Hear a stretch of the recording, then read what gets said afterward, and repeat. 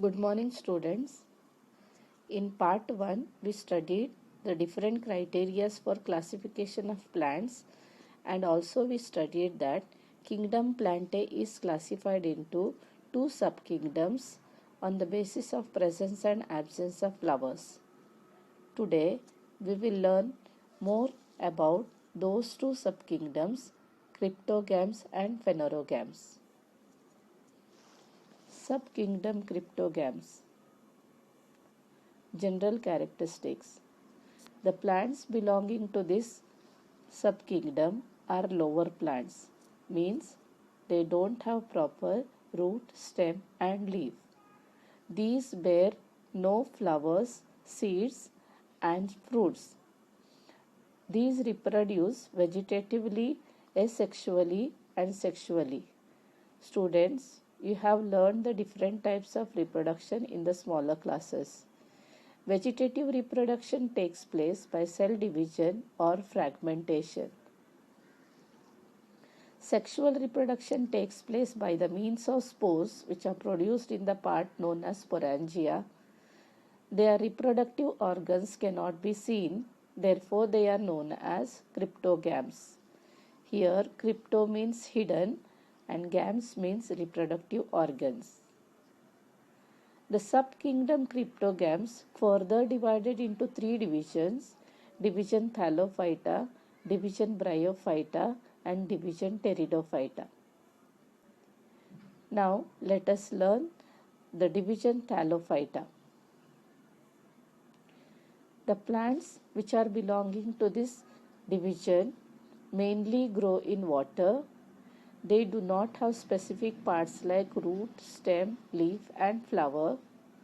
Some are autotrophic because of presence of chlorophyll, means they prepare their own food. Example is algae.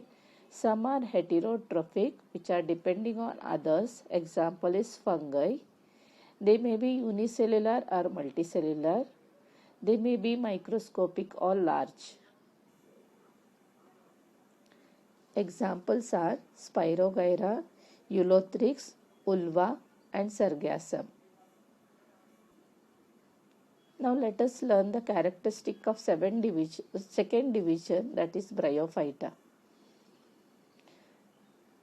The plants belonging to these divisions are primitive, that is lower plants. They are multicellular and autotrophic plants. They grow in moist soil and need water for reproduction, means they grow in water as well as in the land. Therefore, they are known as amphibians of the plant kingdom.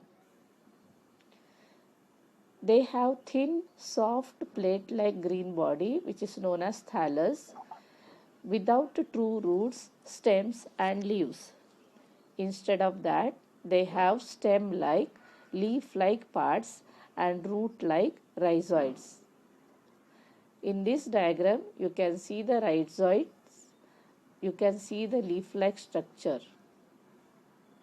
Even in this, rhizoids are present, the leaf-like structure is present which is act as a stem. They do not have specific tissues for conduction of food and water. Examples are moss, that is Funaria, Mercantia, Anthoceros and Rixia. Now let us learn the characteristics of the third division, Pteridophyta. The plants belonging to these divisions have well developed roots, stems and leaves, but they do not bear flowers and fruits. They have separate tissues for conduction of water and food. They reproduce with the help of spores formed along the back or posterior surface of their leaves. Students, you can see the plant fern. At the back of the leaf, you can see the spores. These plants reproduce asexually by spore formation and sexually by zygote formation.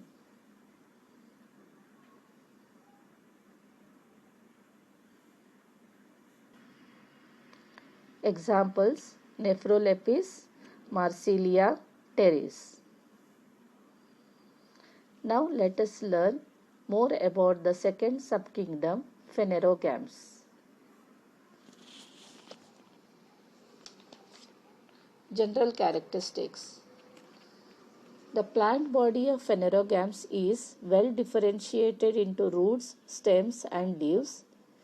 They have special structures for reproduction, that is a flower, and produce seeds.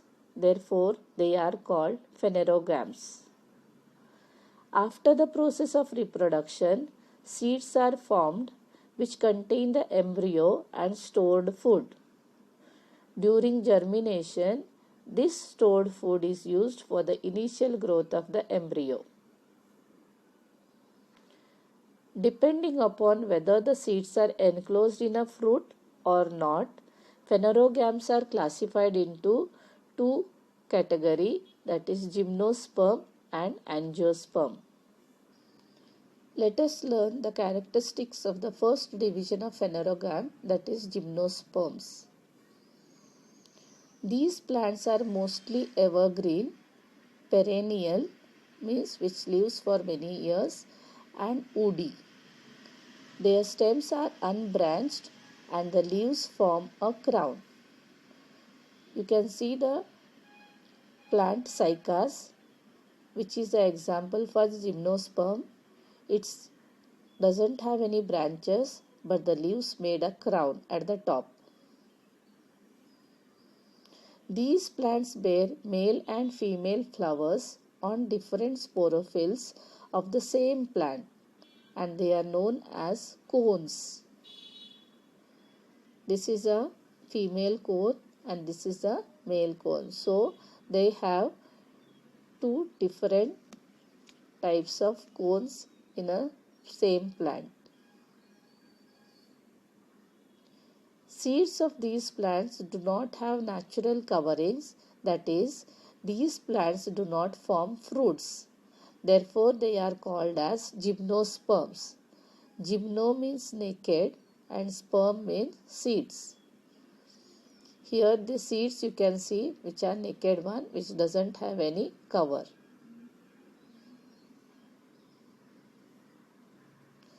Example for this division are cycas and Christmas tree. Now let us learn the characteristic of second division of phanerogam, that is angiosperms.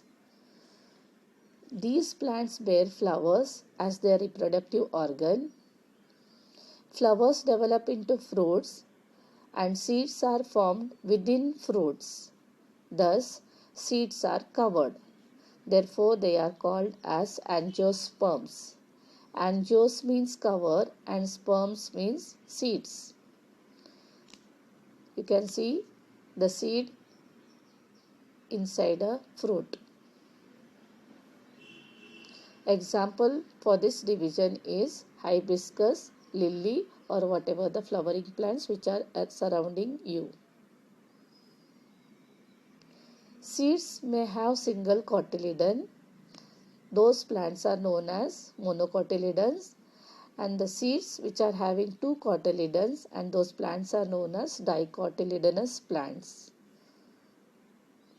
You can see here the seed with a single cotyledon and the seed with two cotyledons. The plants bearing single cotyledon seeds are known as monocotyledons plant, and bearing two cotyledons, those plants are known as dicotyledonous plants.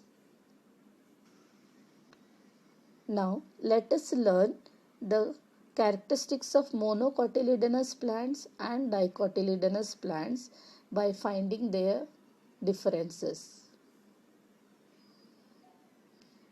Monocotyledonous plants, as you know that the seeds are having single cotyledons, and dicotyledons, the seeds are having two cotyledons.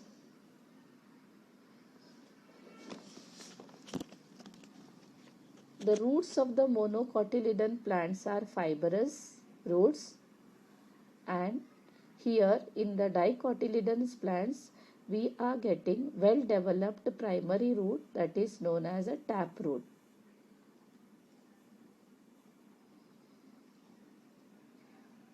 The stem of the monocotyledon is hollow, sometimes false or sometimes disc. Example for hollow stem is a bamboo plant, false is example a banana plant, and disc type stem is example is a onion plant. And in the dicotyledon, the stem is strong, hard, example is banyan tree. The leaf. In monocotyledonous plant, you will get the leaf with the parallel venation. You can see here the venation is parallel. In the dicotyledonous plant, the leaves are having reticulate, that is net-like structure in the leaf. The flower in the monocotyledonous plant is having 3 petals or is multiples of 3, that is trimerous. In the dicotyledonous plant, flowers are with 4 petals or 5 petals or in their multiples, that is tetramerous or pentamerous.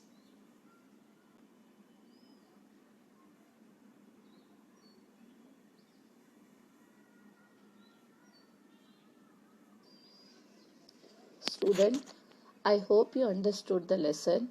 Read the lesson once again to understand it better.